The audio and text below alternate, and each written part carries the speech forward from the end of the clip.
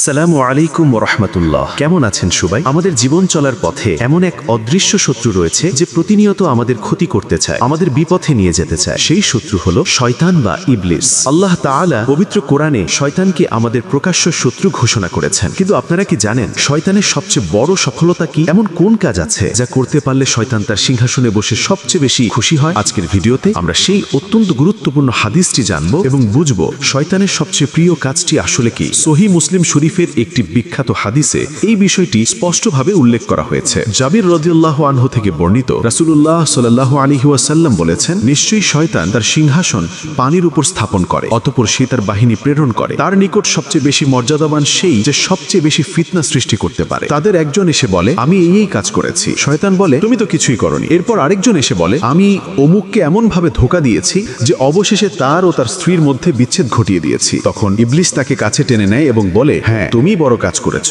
হাদিসটি থেকে স্পষ্ট বোঝা যায় শয়তানের সবচেয়ে বড় টার্গেট হলো একটি পবিত্র দাম্পত্য সম্পর্ককে ধ্বংস করে দেওয়া, স্বামী স্ত্রীর মাঝে বিচ্ছেদ ঘটানো বা ফাটল ধরানো। কিন্তু কেন শয়তান বিবাহ বিচ্ছেদ ঘটাতে পারলে এতটা খুশি হয়? এর প্রধান কারণগুলো হলো, এক, পারিবারিক শান্তি নষ্ট। ইসলাম পরিবারকে প্রশান্তি ও ভালোবাসার কেন্দ্র হিসেবে দেখে। শয়তান জালে একটি পরিবার ভেঙে গেলে শুধু দুটি মানুষ নয় বরং সন্তান সহ পুরো বংশের ওপর তার নেতিবাচক প্রভাব পড়ে। পারিবারিক কাঠামো ভেঙে যাওয়ায় সমাজে অশান্তি তৈরি হয়। দুই, গুনাহের সহজ পথ। স্বামী স্ত্রীর সম্পর্ক নষ্ট হলে তারা একে অপরের অধিকার পূরণ থেকে বিরত থাকে। বিচ্ছেদের পর অনেকে হারাম পথে পা বাগাতে পারে। শয়তান এই সুযোগটাই কাজে লাগায়। তিন, প্রজন্মের ক্ষতি। ভাঙা পরিবারের শিশুরা মানসিক ও ধর্মীয় দিক থেকে দুর্বল হয়ে বেড়ে ওঠে। ফলে শয়তানের জন্য ওই শিশুদের বিপথে চালিত করা সহজ হয়ে যায়। যদিও শয়তানের সবচেয়ে প্রিয় কাজ দাম্পত্য সম্পর্ক নষ্ট করা, তবু আরো কিছু বড় গুনাহ আছে যা শয়তানকে চরম আনন্দ দেয়। এক, শিরক ও বিদআত। আল্লাহর সাথে কাউকে শরীক করা বা ধর্মের নতুন কিছু উদ্ভাবন করা। শিরক হচ্ছে সবচেয়ে বড় জুলুম। বান্দা যখন এ ধরনের গুনাহ করে তখন শয়তান প্রচন্ড রকমের খুশি হয়, কারণ শিরক করলে তাওবা ছাড়া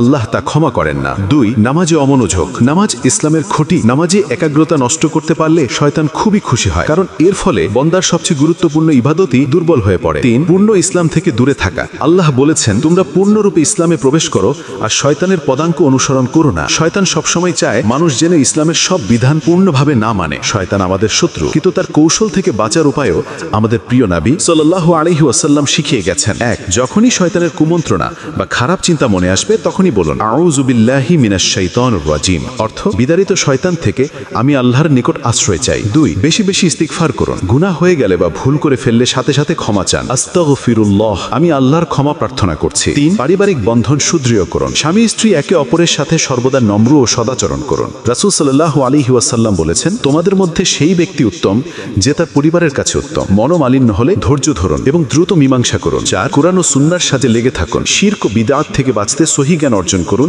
এবং সেই অনুযায়ী জীবন পরিচালনা করুন। আজ আমরা জানলাম শয়তানের সবচেয়ে বড় লক্ষ্য কি, আর তা হলো একটি পরিবারকে ধ্বংস করা। আসুন আমরা সচেতন হই, আমরা আমাদের পরিবারকে শয়তানের ফিতনা থেকে রক্ষা করি। আল্লাহ তাআলা আমাদের সবাইকে শয়তানের সকল প্রকার কুমন্ত্রণা থেকে রক্ষা করুন। আমিন। ভিডিওটি আপনার কাছে গুরুত্বপূর্ণ মনে হলে অবশ্যই লাইক দেন এবং আপনার প্রিয়জনদের সাথে শেয়ার করুন। ইসলামিক জ্ঞান ভিত্তিক এমন আরও ভিডিও পেতে আমাদের চ্যানেলটি সাবস্ক্রাইব করুন এবং পাশে থাকা বেল আইকনটি ক্লিক করুন। দেখা হবে পরের ভিডিওতে ইনশাআল্লাহ। আসসালামু আলাইকুম ওয়া রাহমাতুল্লাহ।